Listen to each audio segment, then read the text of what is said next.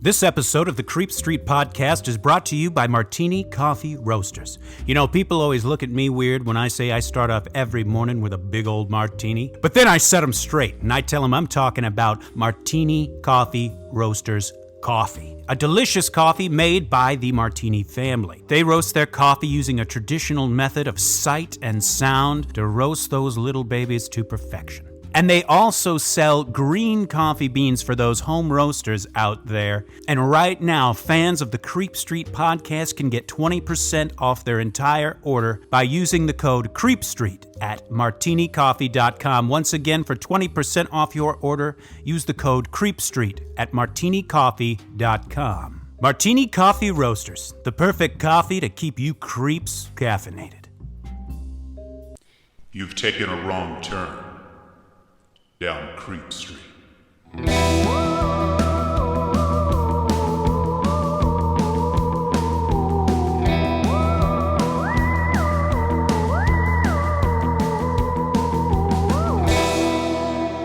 Citizens of the Milky Way, this is Maureen Bogey. And this is Dylan Hackworth. And you are listening to the Creep Street Podcast. Yes.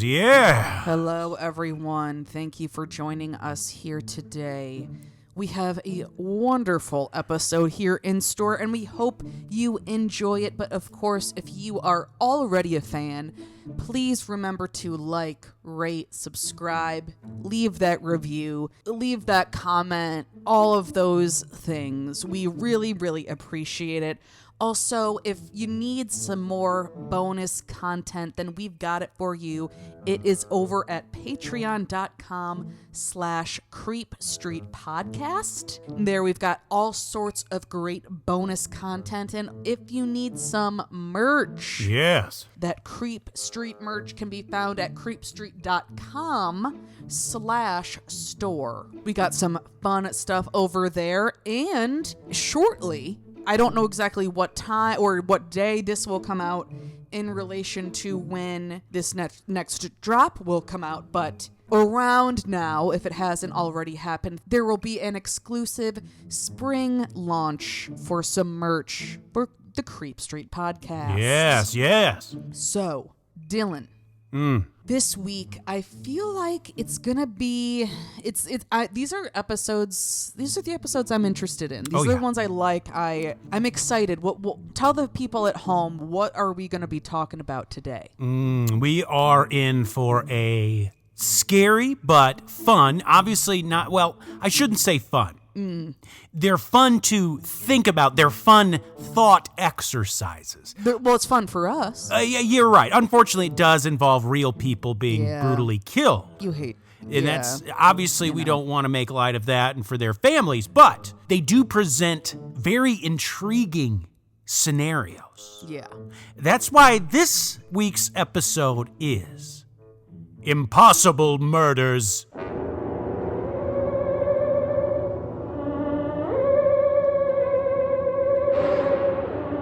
All right, and let me just start off by spanking your ass with my sources. Whoa! First, bizarre cases of mysterious impossible murders by Brent Swanser at Mysterious Universe.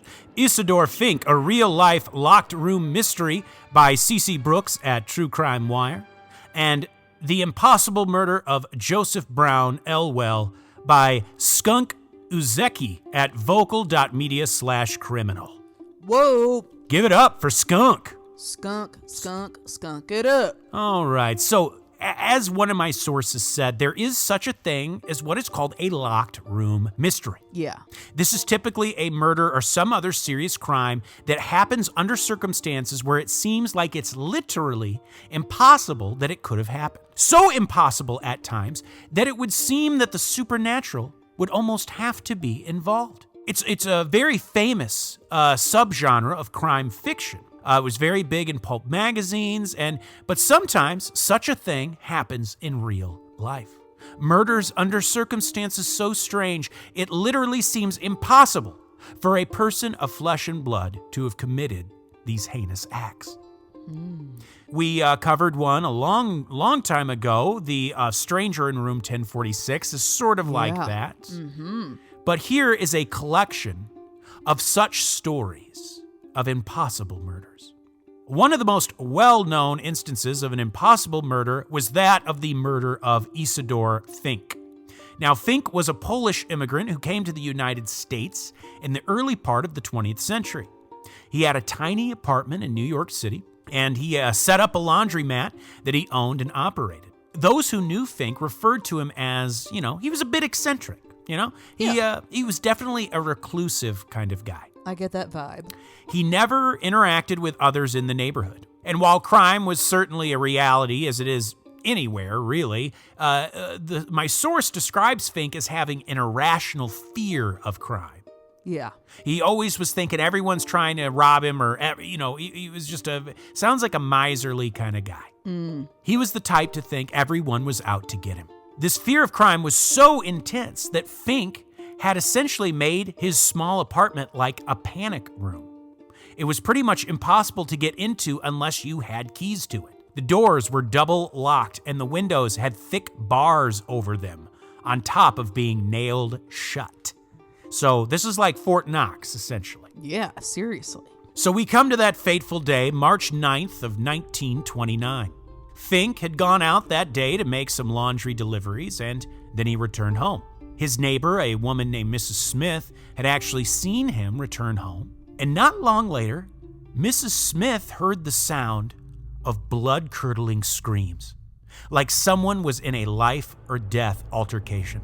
There was also the sound of loud banging and thumps, like people and furniture were being tossed about. So it sounds like a pretty intense altercation going on at Fink's apartment. Yikes. So she quickly gets on the phone and calls the police. The police show up and they knock on Fink's door, but they get no answer. After knocking and calling out his name and getting no response, they decided it was time to forcibly enter the place, just in case someone was, in urgent need of medical attention. But they quickly found that Fink had the place so sealed up that they couldn't even get inside themselves. They searched all around the place, and all of the windows still barred up, nailed shut. No glass was smashed at all. So no one was in there other than Fink. There was no sign of a break-in. Right. The only entryway they could find was a small transom window that was too small for even a grown person to enter. They had to find a local small boy who could squeeze through the window and open the doors from the inside. So finally, the police got in after finding a boy to crawl through that transom window and let them in. And to everyone's shock, the place was in perfect, pristine condition. For all the crashing and banging and commotion that Mrs. Smith had heard, not a single thing was out of place. But there in the middle of the floor was the dead body of Isidor Fink. On his body were 3 bloody gunshot wounds. And seeing as there was no sign of forced entry, police initially assumed that this was, that Fink had taken his own life. But after searching over every inch of the apartment, there was no sign of a gun anywhere. One of the wounds was a close-range shot to his wrist. This was the type of wound that occurs, if you were in a struggle with an assailant that had a gun. Right, yeah. One of the other 2 gunshots was to his chest, which was almost likely the fatal shot. Yet, as the crime scene was searched, there was no sign of fingerprints other than Fink's. So, before we get any further into the weird stuff here, let's think about this. The neighbor heard the sound of a struggle, what sounded like furniture being knocked over violently, yet everything was in perfect place. But even weirder was that of all the sounds the neighbor heard, she did not hear gunshots. And yet, here was 3 close-range gunshot wounds on the body. It just didn't make sense. Fink had no enemies to speak of. On top of that, not a single thing was taken from either the apartment or off of Fink's body. In fact, Fink had cash on his body and stuffed in drawers around the house that would have been easy to find. So this was not a robbery. One possible theory that police considered was that a shooter had maybe shot through the transom window, but this was ruled out because of the nature of Fink's wound.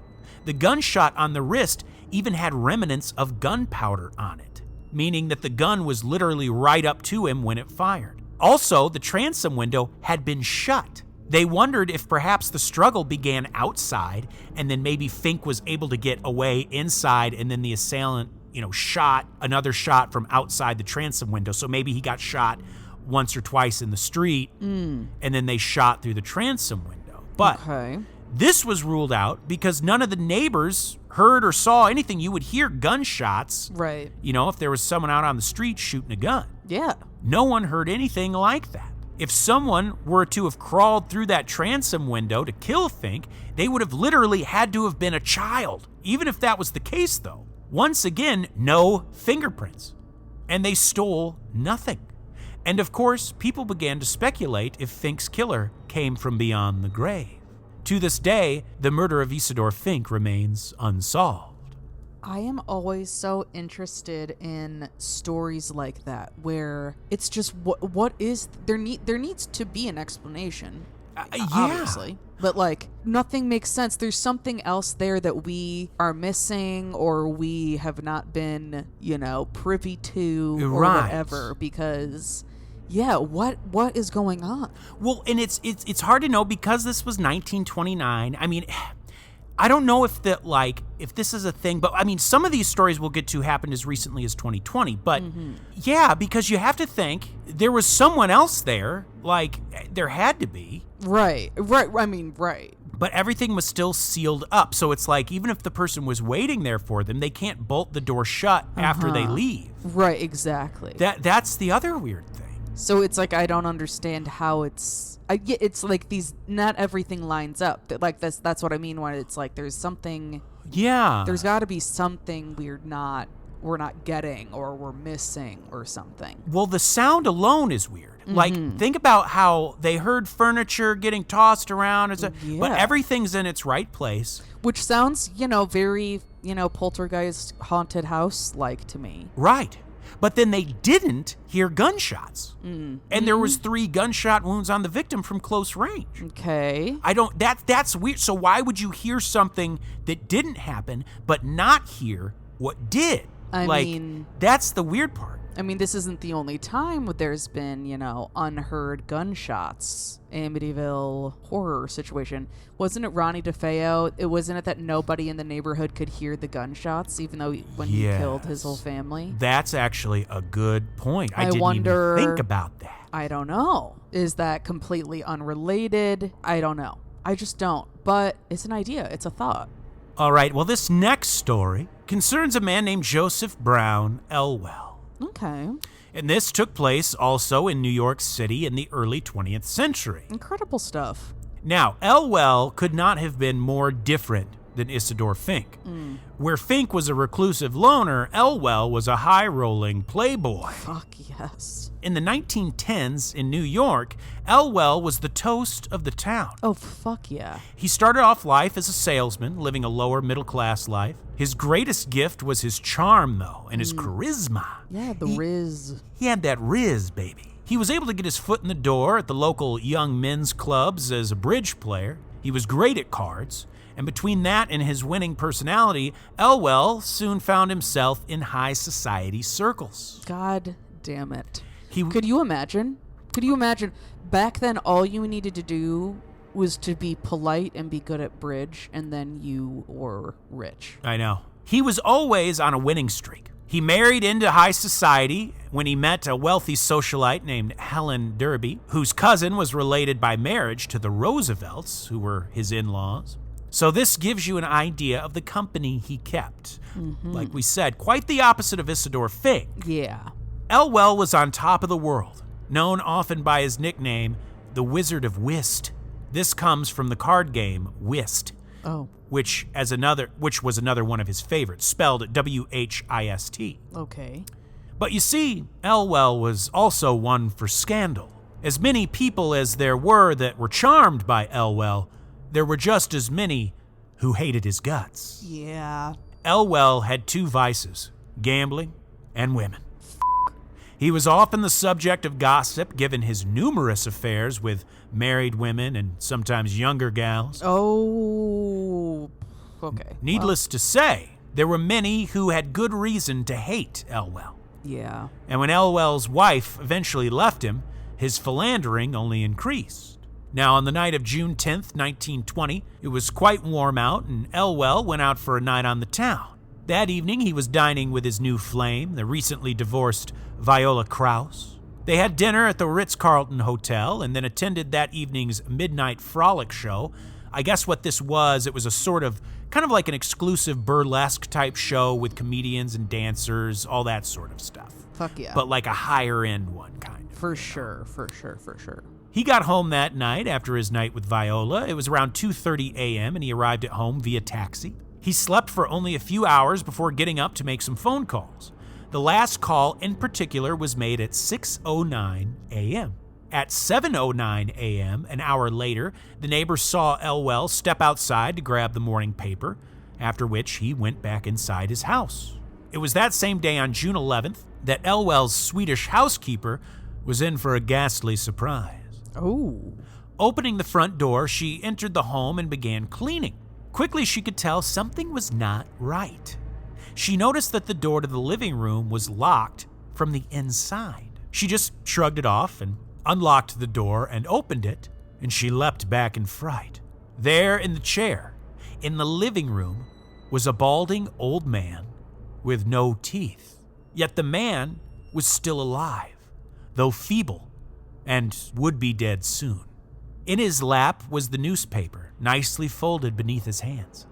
She couldn't recognize the man at first. This certainly wasn't the handsome, charismatic Elwell, but looking closer, she was shocked to realize that this was indeed Jacob Elwell, only without his wigs and dentures.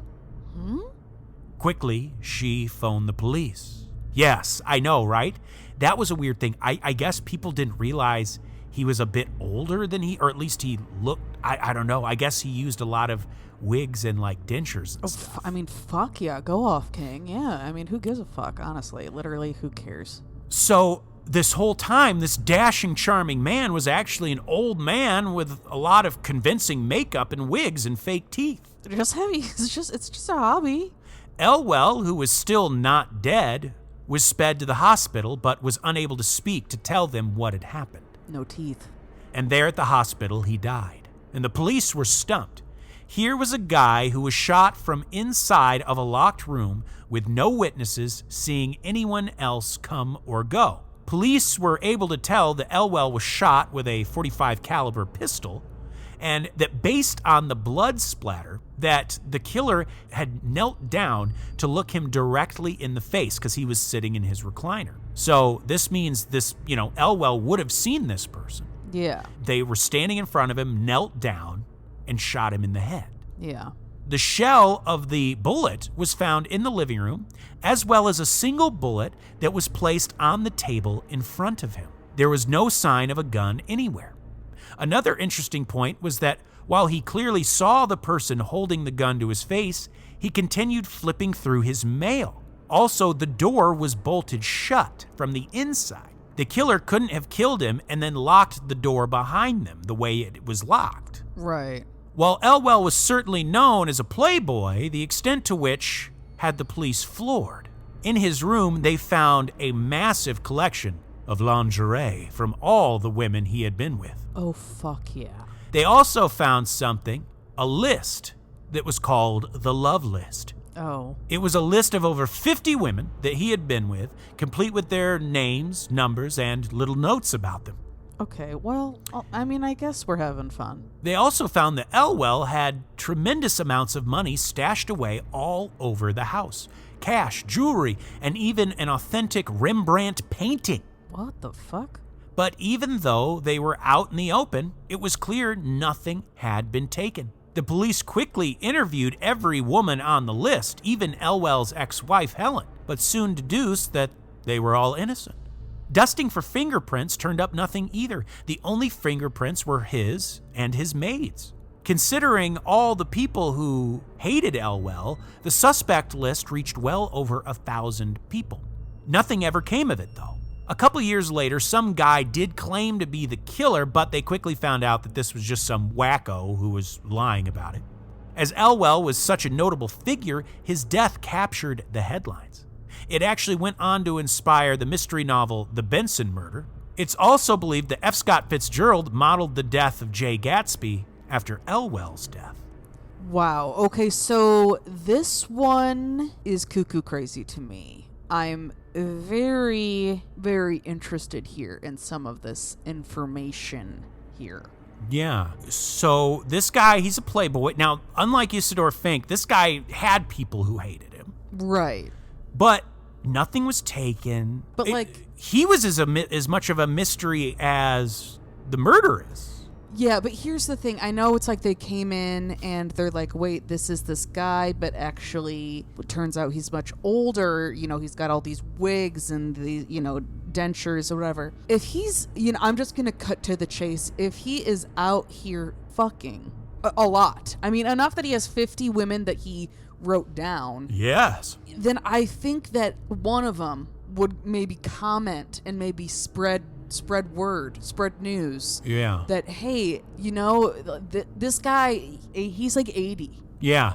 I feel like, and I know that that's kind of like a bullshit excuse that I don't love all the time, when you're just like, if it had happened, we would have heard about it. Right, because sometimes it's like, it's not that easy. But in this situation, yeah, when it comes to women agreeing to have sex with someone, right, being enthused about it per se, to assume, right, and then I can only assume quickly find out that this man is 80 years old. Yeah. No hate to my 80-year-old men listeners out there. We know there's a lot of you. It's gonna be a fright, and it's gonna be a no. You're gonna notice. You think word about that would get out. Exactly. Was there some sort of time travel involved or something there, where maybe it was like a different version of himself from another timeline or something came through or whatever, because I wasn't alive at the time. Right. Obviously. But I do know that if you say you're one age and then you're actually a lot older, right, it's really gonna show. You know what I mean? Yeah. Like, especially at that time. And the reason I'm saying that is now it's easy for us to be like, oh, well, you never know. Maybe this person just really took really great care of their skin, and they did it. He didn't. Well, and the only other thing I can think of is just maybe he wasn't that old. It was just like, maybe he had a thing like, where his teeth prematurely... Oh. You know what I mean? Or maybe he prematurely like balded or something. Like it was some sort of a genetic. You know what I mean? Like that's the only thing I can think of. But the source said old man, so I don't know if maybe this was just one. So yeah, I don't know. Yeah. Regardless, I do gotta say everything's weird, and yeah, another weird one, of course. Well, let's move on to what is probably the most famous locked room murder in the UK. Oh, okay. And it concerns a woman named Julia Wallace. And this story I found is a bit more expansive than others, so it might even get its whole own episode in the future. Okay. But Wallace lived in Liverpool with her husband, who was an insurance salesman named William Herbert Wallace. And Mr. Wallace was out at the local Liverpool chess club one evening on January 18th, 1931, when he received a mysterious message by phone. The caller said their name was an R.M. Qualtrough, and they gave the chess club employee instructions to tell Mr. Wallace to head to this specific address they were giving them the next day to address an urgent insurance issue. Wallace had never heard of anyone named R.M. Qualtrough, but he made his way to the address the next morning. Soon, Mr. Wallace was at the address, which was 25 Minlove Gardens East, and he found out it didn't actually exist. So, asking nearby locals, they confirmed that the address was not real. So, very confused, Mr. Wallace headed back home. When he got home, he was surprised to find that the doors had been locked. But once he got inside, Wallace found he had walked into something beyond horrifying. There on the floor was the body of his deceased wife. Blood pooled all over the ground and splattered the walls. After investigating, police would determine that Julia Wallace had been beaten to death, being hit around the head and neck at least 11 times. The fact that no murder weapon could be found was only the beginning of the strangeness that would surround this case. Police could also not find any evidence that anyone had been in the house other than Julia herself. Nothing was stolen, and no one in the neighborhood witnessed anything out of the ordinary. Who was the mysterious R.M. Qualthrow who had sent Mr. Wallace on a wild goose chase? And why would anyone have a motive to kill Julia Wallace, especially when considering it wasn't a robbery? Police actually located a number of folks in the Liverpool area whose last name was Qualthrow, but there was no evidence linking any of them to the crime. And perhaps that was the point. Maybe the culprit knew how Qualthrow was maybe a common name enough, in the area, but wasn't like Smith or something. It was unique enough, but it also wasn't like, a very common name. Mm-hmm. So, given that there was no viable leads, attention naturally turned to the husband, Mr. Wallace. There were a couple pieces of evidence that just did not lead up. For one, the call made by R.M. Qualthrow was made only a few hundred yards from Wallace's home. This would have timed it perfectly for the message to be received by Mr. Wallace as he arrived at the chess club. Secondly, the driver that took Mr. Wallace to the location that was listed in the message claimed that Mr. Wallace came off as very anxious and kept repeating to the driver that he was new to the area. Wallace was arrested and even convicted for the crime, though the charge was later dropped when the evidence was reevaluated by officials. Mr. Wallace would pass on a few years after his wife's murder, and to this day, no one has the slightest idea what really happened. Now, maybe the reason why he was, if someone you don't know tells you to go to this address, maybe you're a little anxious anyway. Yeah. And you're just saying, I've never been to this area. I have no idea. So who knows if that was linked to, his wife's death? Who knows? Right. But there was no sign of struggle, none of it. Yeah, that's what it's interesting is that comes up a lot in these stories. Is the no sign of a struggle thing. Yeah. That I'm always very interested in. Or maybe there is sign of a struggle, but there's no sign of there being anyone. Right. It's like either way, it's weird. It's so weird. It's so weird. These are the most fascinating Creep Street episodes when there's evidence for a few different things that could happen, but not enough for any of them to realistically have happened. Yeah, it's like there has to either be some secret, some secret information that we don't know. Right. Or there's got to be some sort of, I don't know, paranormal, situation, or I don't know. Right. I don't know. Something unexplained. Well, our next story happened in Malta to a person named Sam Borg who owned a cafe there in the 1960s. The 67-year-old Sam Borg was well liked by those who knew him and was the last person anyone would suspect would be the subject of such a bizarre, unsolved murder. The last time Borg would be seen alive was outside of a club in May of 1960 in the Maltese area of North Melbourne. This raised no alarms as Borg was known to frequent the local clubs. After a few days, though, since he was last seen, Sam's friends began to get worried that he hadn't been showing up at his cafe. A friend of his went to Sam's house, and despite knocking several times and calling out his name, no one would answer the door. Police were quickly called, and they even struggled a bit to get the door open as it had been bolted shut. Finally, the police were able to get in by using a ladder to get to a window that had also been locked. But once inside, police would find the dead body of Sam Borg underneath a bed in the upstairs bedroom. Things were about to get even stranger, though. Borg's body had been wrapped in sheets from head to toe, with rags draped down from his head. Police were able to determine that the man had been beaten to death by what was probably the leg of a chair. Additionally, they were able to determine that Borg had been dead for a few days. Making everything stranger was that the room was completely sealed shut from the inside. The windows were all locked, and the door had even been nailed shut. Stranger still, laying in the bed that Borg's body was found underneath, so on top of the bed, was an unused pistol.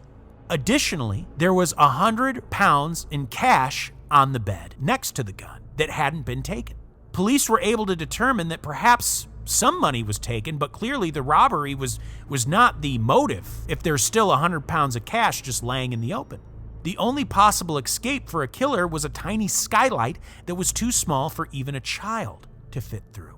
And like I said, once again, the door was nailed shut, all of the windows locked. So even if the person did it, they couldn't then lock the things from the inside after they left. What the hell? Serious, what the hell?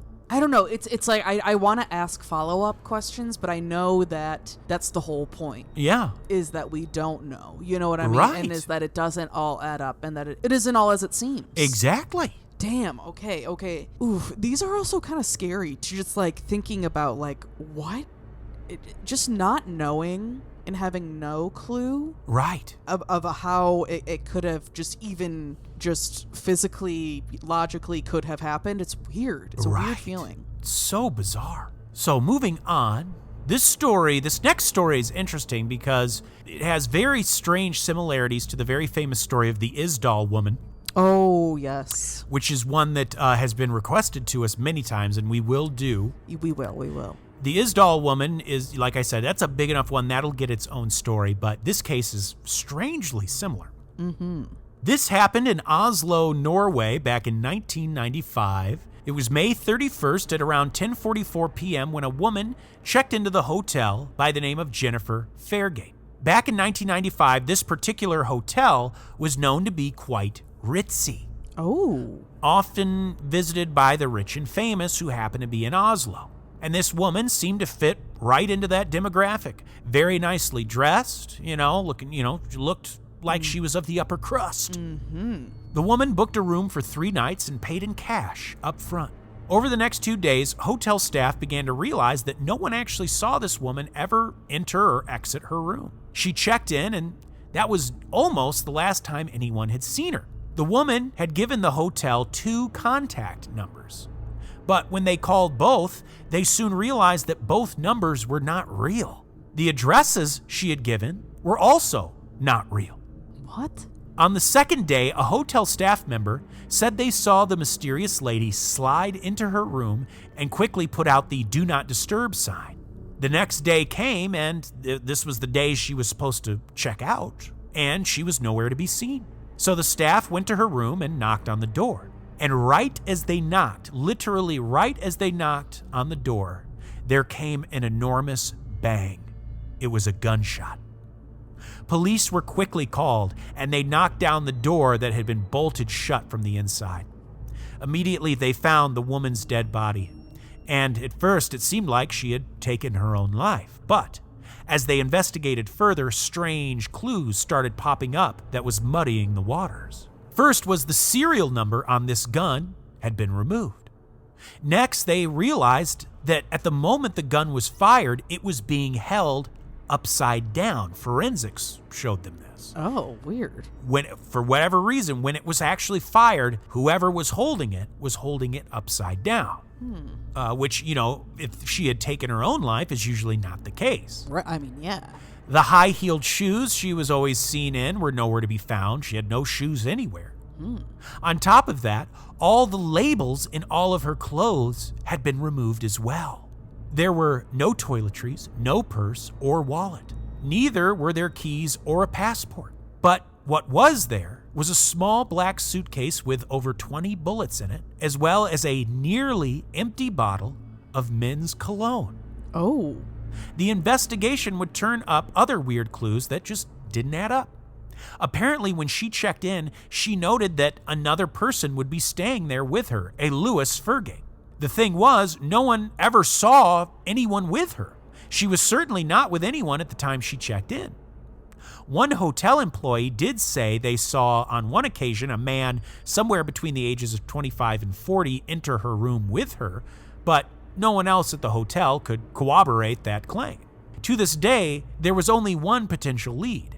There was a man that had checked in the room across the hall from hers, and the name they checked in under was Mr. F. But to this day, no one knows who this woman even was. So not only do they not know how she was killed, they don't know who this woman actually was. Interesting. And shout out to my Arrested Development fans with Mr. F. The sources weren't clear if she sometimes signed it Fairgate or Ferngate, because sometimes it's known as Fairgate or Ferngate. Yeah. Not sure why. Or maybe it was that the other person she listed was Louis Ferngate and not Fairgate. I don't know. Yeah, I don't know. They weren't that clear, but yeah, either way, very weird. Very, very weird again. Okay. So our next mystery takes us to San Francisco, California in June of 2007. Oh, okay. And there, a 36-year-old man named Hughes de la Plaza was out with his friends at the underground San Francisco bar located in the Lower Height area of San Francisco. It was around 2 a.m. when Hughes said goodbye to his pals and made his way home. He lived in what is called a triplex, and it's like a duplex, but 3 instead of 2. Mm-hmm. And the building had 3 front doors in the front, and you would enter the one that was to your apartment. Yeah. Security camera footage confirmed that Hughes had made it home, and a neighbor even heard the sound of the front door closing. But things started to get weird about 30 minutes later at 2:30 a.m. when the neighbors said they heard loud footsteps and what sounded like the front door slamming on at least 3 occasions. But of course, at the time, folks didn't really think twice about it because, hey, maybe someone's just a little liquored up and they're just coming home and they're a bit loud. That happens. You really wouldn't think twice about it until someone was dead or something. Right. Then you were like, oh, wait. Right. So it was the next morning around 8 a.m. when things got really weird. A neighbor was passing by Hughes's apartment when they noticed what looked like blood seeping out from under Hughes's door. It was bleeding out across the front porch. Yikes. Police were called, and when they arrived, they found the whole place was locked up tight. They ended up having to break in through the back door. Inside, they found Hughes deceased, dead from 3 nasty stab wounds, 1 to the chest, the neck, and then the abdomen. Additionally, there was clear evidence of a severe blunt force trauma wounds with abrasions to the forehead, lip, and arm. All doors and windows were locked and bolted from the inside. Like with all the stories we've covered, there was no sign of forced entry, no sign of a struggle. Think about that. The place is bolted shut from the inside. So if someone killed him and left, like we said, with the other cases, you can't then lock it from the inside once you're on the outside of the door. Right. Also notice that the victim was stabbed 3 times and beaten with something, yet no sign of a struggle. Police were so confused that all they could come up with was that the man had taken his own life. And that's one heck of a way to do it. I mean, yikes. Here is what friends and family were able to tell police about Hughes. He was a very smart and seemingly happy and friendly person. He was very happy actually recently because of a promotion he had just gotten at work. In fact, that's why he was out celebrating that night with his friends. There was no note. If he had taken his life, there was no note. There was no history of drug or alcohol abuse, and he had never, at least outwardly expressed anything that one would call ideated self-harm in any way. Right, yeah. In fact, no weapon could be found at all. Other than Hughes's body, the place was pristinely clean. The only knife that was found there was in the kitchen, and it too was completely clean. He certainly didn't stab himself 3 times and then clean the knife before beating himself to death. In the end, the case was labeled as a suspicious death, and the police had wanted to write it off as, him taking his own life, but friends and family fought against this, as you can imagine. Insanity. It's just like, how do you explain? And he had just gotten a promotion, so he's in good spirits. Right. It's like, so what? There's no. Well, I mean, there's always so much you don't know in these situations, but it's just this specifically. It's like I don't get it. I don't understand. Well, next we head on down to the good old state of Texas to the town of Beaumont. Oh, okay. It was Wednesday, September 15th, 2010, when a man named Greg Flanagan checked into room 348 at the MCM Elegante Hotel. Greg had been on the road for work, which was very normal for him. But what was weird was that on this night, Greg didn't call his wife, and he usually kept in frequent contact with her when he was out on the road. Okay. It was unique enough that Greg's wife actually grew concerned and made a call to the police there in Beaumont. And when they got there, of course, the door is locked. And as much as they knocked, they couldn't get an answer from Greg. So they had no choice but to break in. Once inside, they quickly found Greg's dead body laying on the floor. But other than him being dead, they couldn't really tell what happened to him. There were no signs of injury on the outside of his body, nor was there any sign of a struggle from within the room. Everything was in its right place, and nothing appeared to be stolen. In fact, Greg's wallet, which was filled with a stack of $100 bills, was still in the back pocket of his jeans. Things only got weirder, though, as they kept examining. An autopsy showed that while his outward body appeared fine, his insides were anything but. his internal organs showed the kind of trauma one would expect to find of a victim of a very severe car accident. On top of that, a lot of internal bleeding. The only outward wound they could find was a tiny tear on the man's scrotum. Oh, God. But how did his insides take such a beating? Here is where I think it gets the weirdest. The men who were staying in the room next to Greg's confessed that one of their guns had accidentally fired a bullet into the wall. So, perhaps let's say the bullet hit Greg in the scrotum area and then severely damaged his internal organs. But as far as I know, no one reported hearing a gunshot. Well, I don't even understand why was that guy saying like, oh yeah, it could have been me.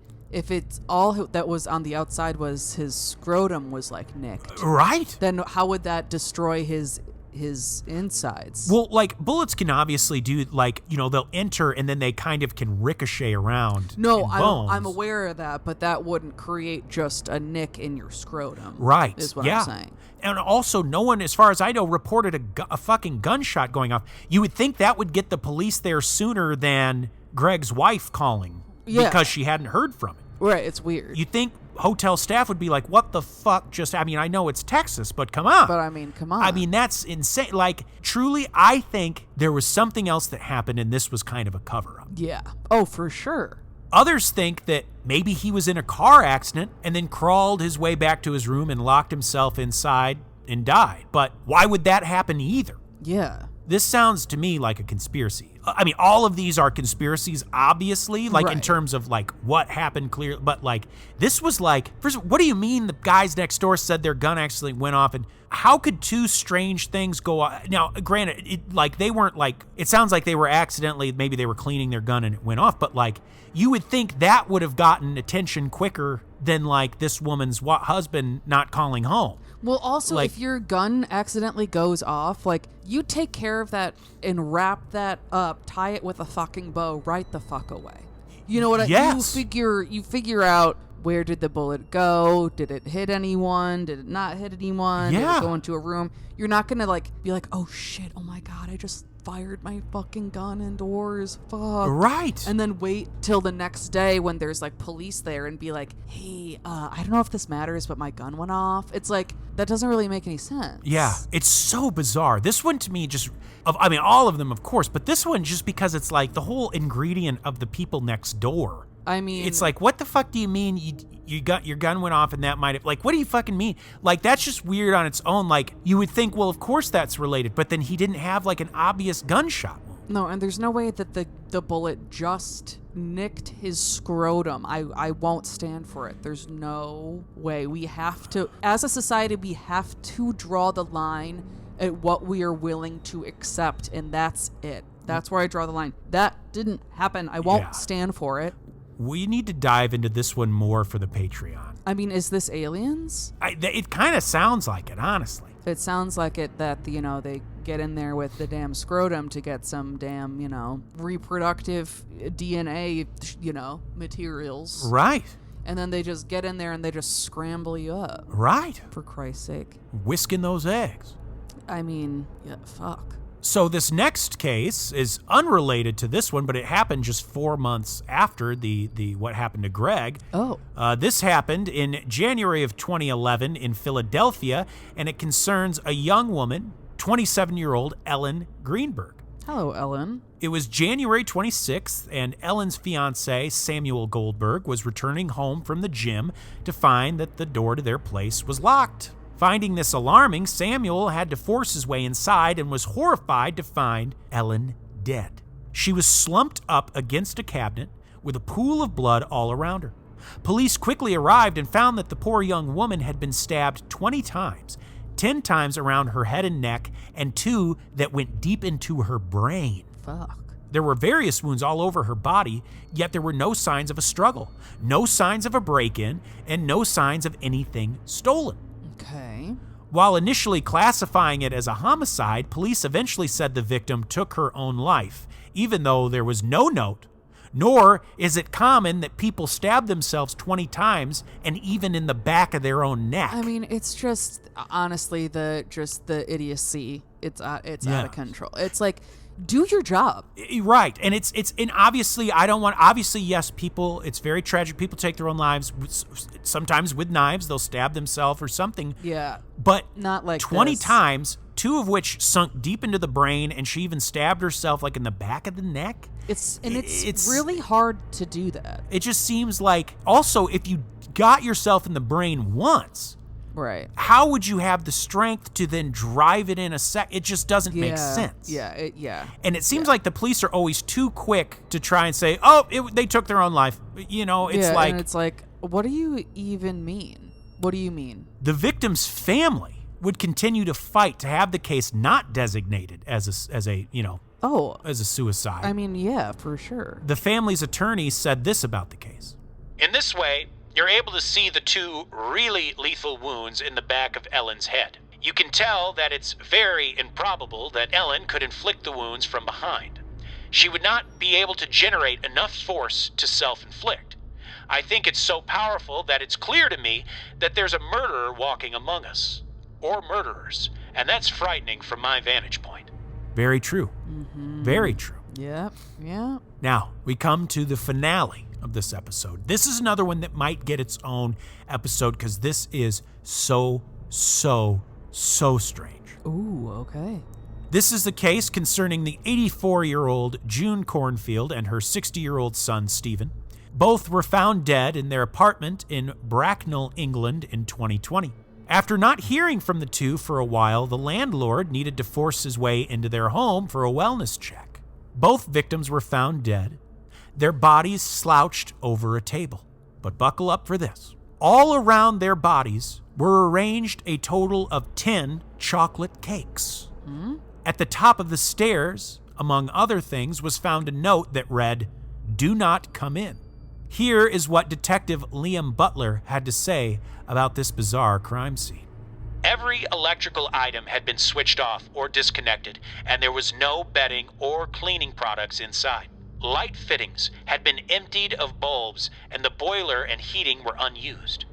In the bin was a newspaper dated December 2nd, 2019, despite the fact that Mr. Cornfield was blind. All the electrical items were unplugged, and the main electrical fuse box was turned to the off position. The light fittings did not have light bulbs in. There was not anything in the address that we would all recognize as items we would all use in our day-to-day living, such as a working TV, internet connection, phones. It seemed very sparse. As you entered the lounge where you had the 2 sofas, officers found a female sat in one of the chairs, slouched backwards to her right, and they saw a male, again slouched back in the chair, with his head tilted forward but to his left-hand side. Both plainly had been dead for some time. In between the 2 chairs were 2 Bush DAB radios, and on the floor next to June's chair was a handwritten note. At the foot of June's chair was an empty bottle, believed to be a water bottle. At the foot of Stephen's chair was a half-empty bottle containing clear liquid. Both bottles were tested and were found to contain a neutral water-based liquid, the inquest heard. The note was filled with words, with some crossed out, but a section mentioning putting a message saying, "Do not come in," at the top of the stairs.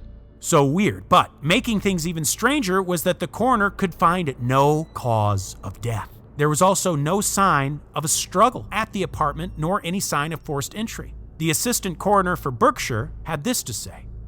June Cornfield and Stephen Cornfield lived a reclusive lifestyle.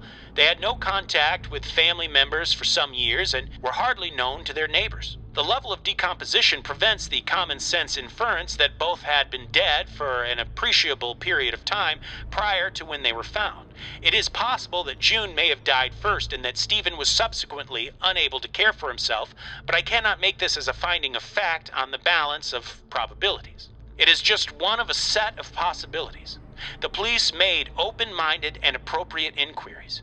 There was no evidence of third-party involvement and very scant evidence which could point to suicide. The rather cryptic and hard-to-decipher note ending in "do not come in," which was left, would not permit such an inference, and I do not make such a finding.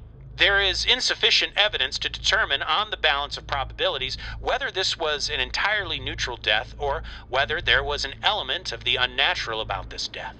It cannot be established whether neglect or self-neglect caused or contributed to the death, and accordingly, I am required to reach an open conclusion in relation to Stephen Cornfield. Wild. So Stephen was also blind, too. That was the other thing. Yeah. So weird. The cakes, there was no... They Yeah, couldn't... like what was that about? What was that? I don't get it. I just don't get it. This one is so bizarre. That's so weird. It's like, is it like symbolism for something? Or are they trying to like set a like, I don't even really understand what's going on there. That is a really, really weird one. So bizarre. That is just so bizarre. A couple of these, I want to revisit this one, and I want to revisit the one from Beaumont, Texas. Yeah. For our Patreon episode, because that was so weird. Yeah, that was so bizarre. And I love when we do these episodes when we because it's, of course, we love it when we get the answers at the end of stories. We love it when we can know what happens conclusively. We love it.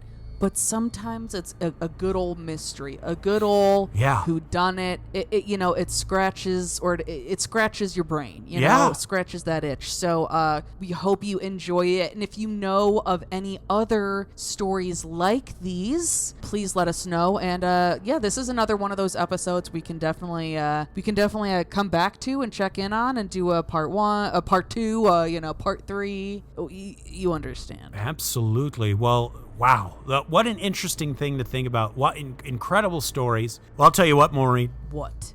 I got a love list of my own like Jacob Elwell. Okay. Folks, give it on up for our top-tier Patreon subscribers. Of course, the Dream James Watkins, the Finnish Face Via Lungfist, the Madman Marcus Hall, the Vivacious Vicky McHugh, the Tenacious Teresa Hackworth, the Heartbreak Kid Chris Hackworth, the Oh-So-Suave Sean Richardson, the British Bone Breaker Bex Gray, the Notorious Nicholas Barker, the Terrifying Taylor Lashmet, the Count of Cool Cameron Corliss, the Archduke of Attitude Adam Archer, the Sinister Sam Kiker, the Nightmare of New Zealand Noeline Vivilli, the Loathsome Johnny Love, the Carnivorous Kevin Bogey, the Killer Stud Carl Staub, the Firestarter Heather Carter, the Conqueror Christopher Damian Damaris, the Awfully Awesome Annie, the Murderous Maggie Leach, the Sir of Sexy Sam Hackworth, the Evil Elizabeth Riley, Lauren Hellfire Hernandez Lopez, the Maniacal Laura Maynard, the Vicious Karen Van Buren, the Arch Nemesis Aaron Bird, the Sadistic Sergio Castillo, the Rapscallion Ryan Crum, the Beast Benjamin Huang, the Devilish Chris Doucette, the Psycho Sam, the Electric Emily Zhang, the Ghoulish Gerd Hankum, the Renegade Corey Ramos, the Crazed Carlos, the Antagonist Andrew Park, the Monstrous Michaela Schur, the Witchy Wonder J.P. Weimer,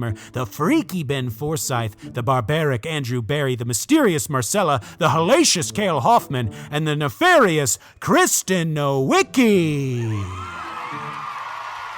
Whoa! Thank you so much to our top-tier Patreon subscribers. We could not do this without you, and we are so grateful for all of you and for all that you do. Thank you so much.